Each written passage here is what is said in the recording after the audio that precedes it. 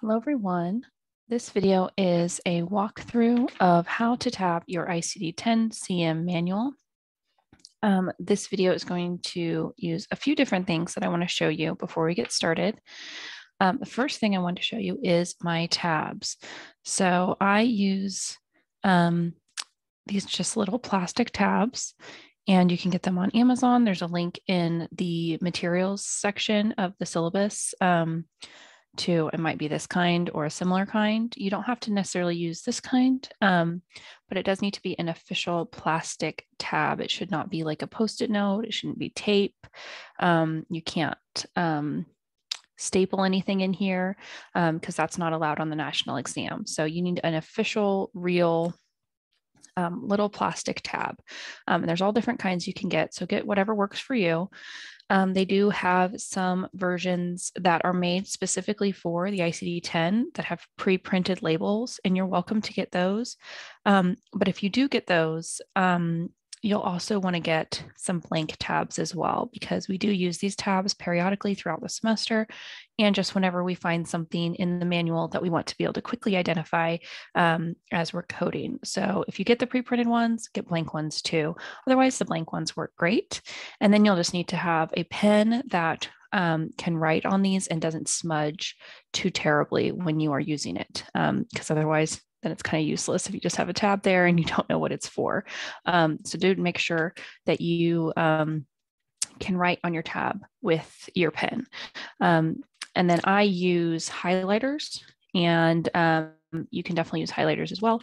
Or if you would prefer different colored pens or colored pencils, that works as well. But the main thing that you need is to be able to write in this manual clearly and in different colors, so you can identify different things that we are going to be working on and using to be able to quickly code as we work with this manual. So it'll make more sense as we go along, I promise.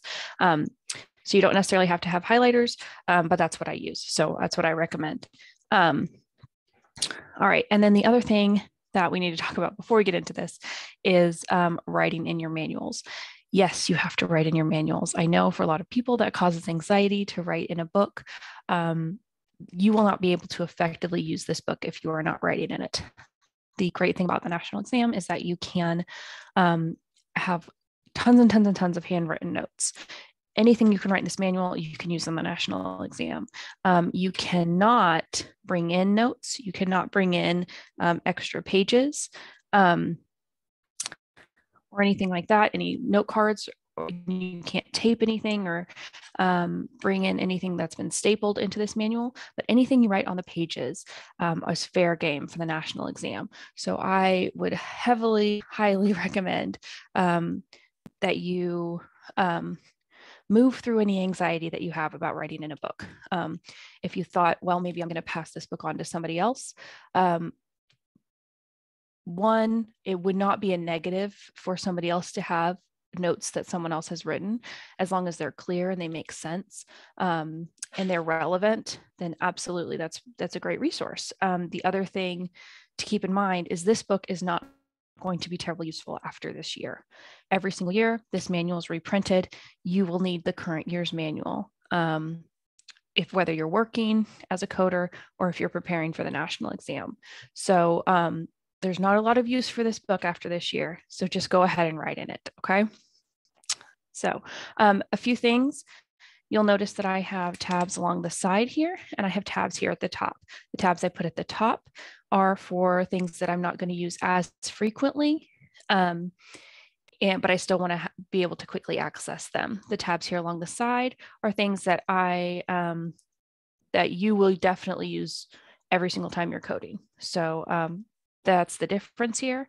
You don't necessarily have to do it exactly the way I'm doing it, but you do have to put in tabs. We're going to have an assignment here in a week or so where you're going to need to show me that you have tabbed your manual. I'm not going to get too picky about if you have every single tab I do, but you definitely need to have tabs. I have in the past had students who thought, it's okay, I'll just be able to flip through and find things. You won't. You're not going to be as quick. It's not going to be as effective. You must put tabs in, okay? So with that said, let's go ahead and get started.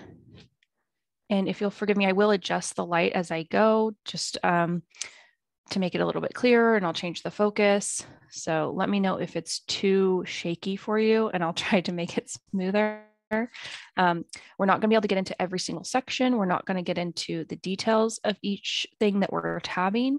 I'm just wanting you to be able to identify where they are and put a tab there. We'll get into all the specifics in subsequent videos, okay? So here's the table of contents. I do not think you need a tab for this section. We don't really use this too terribly in this manual, but on Roman numeral page 8 and 9, this is where we get into symbols and conventions. You will want a tab here, and I would put it here at the top because we don't use this too terribly often. You do want to know where it is just in case you run into something unfamiliar. So we will do more with this section, but just for right now, go ahead and put a tab that says symbols up here at the top, okay? And then we will get to page 2 and 3, and that's regular page. Let's see if this can make this a little bit clearer. That's regular page number. So pages 2 and 3. All right, and that is the official guidelines for coding. You will want to have a tab here as well. Again, I always put them on the right side, so that way you can see them when the book is closed. And so just put guidelines up here at the top and a little tab there.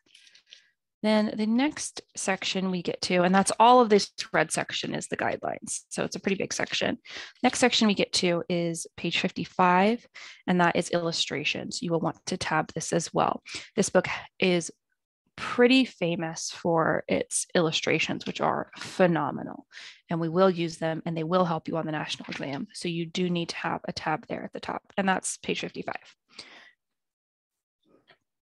Then the next section we get to will be on page 88 and 89. And this is what we call the alpha. So this is the alpha index. We will use this every time we code. So you need to have a tab here on the side that says alpha, okay? Don't do A because that's going to mess you up later. Just go ahead and write alpha, okay? And then we'll get into more of how we use this in a little bit, okay? Then we're going to skip ahead. It's a very, very large section. That's all right. We are going to skip all the way to page 481.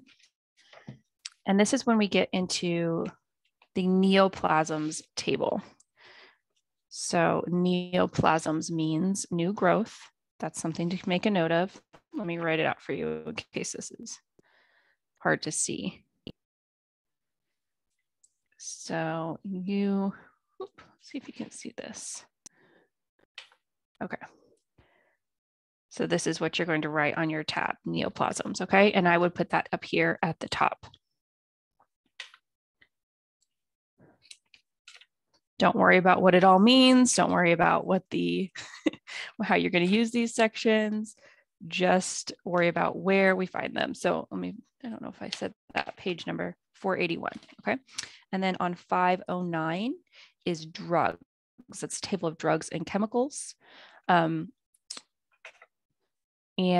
you will again want a tab here at the top. Make sure you can see that. Drugs here at the top. So we don't use this all the time. We still want a tab there for it, okay? Then we are going to skip up, that's page 509. We are going to skip up to page 605. And this is the external cause of injury index. So for your tab, if you want to write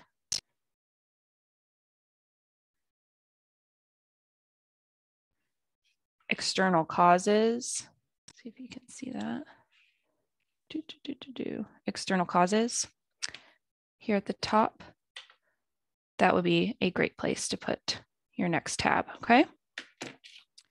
All right. And then we get into each chapter in the tabular. So this is the tabular list, and it's going to be alphabetic. And I will post a list in the announcement section likely, and also probably in the discussion discussion with all the page numbers, which I have here, where each letter starts, on which page each letter starts. So you're able to see it, but it does go in alphabetical order with a little bit of a change at the end, and I'll show you that. But I just kind of wanted to show you how I did it. So letter A starts on 653. Well, it starts on page 652, but we put it on the right side so that way we can flip to it quickly.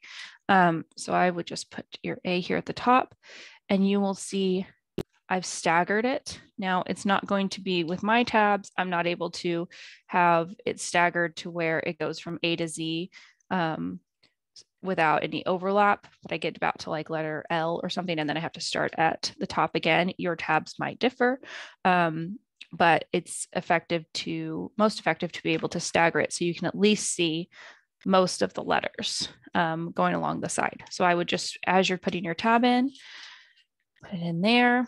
And then when you get to your next letter, like B starts on page 667, just flip it over so you can make sure that you can still see the next letter. Okay, so that way it staggers pretty evenly down the side. Okay.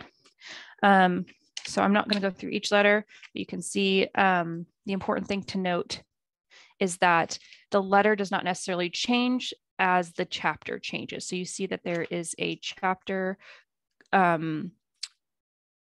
like a strip here along the side that indicates what chapter it is. That does not necessarily correlate with each letter. So there's not a chapter for each letter. Sometimes there's 2 or 3 letters in each chapter. So you just need to be aware of that when you're putting your tabs in. So for chapter 1, there's A and B. So B starts on 667. And then for chapter 2 is C and D. C starts on 681. And then D starts on 713, or at least that's where I have my tabs. Again, I put them on the right side. So D starts on 712, but the tab is going on 713. E is on 741. F 765. G 795. H 817. And then I 877. J 927. Okay. K 43 or 943. L is 971. And then M 995. And you can see I get to the very bottom of my page here with my tabs. So now I start again at the top. And 1095 is for N. O 1119. P 1161. Q 1175. R 1195. S 1221. S is a very long section. T does not start until 1373. And then you will see that we skip U for now. So there is not a letter U here in this part of the tabular, and we're going to go straight to V. V is 1471. W is 1511. And then X is 1525. And Y is 1531. And then we're going to get to Z. And I would put a tab here at the top that says Z codes. So Z codes are a specific kind of code that we use a little bit differently than the other codes. It starts on page 1561. That's where I have my tab. Go ahead and put a tab here at the top for yours. And then we do have U codes. So we do catch up and get U codes. But they are here at the end. 1597 is where you're going to have U codes. So there's just a couple of them, and I would go ahead and put a tab at the top for those. We don't use these too terribly much, but they will come up. There's not very many. Just go ahead and put a tab here at the top on 1597, okay? And that's all the tabs you need for right now.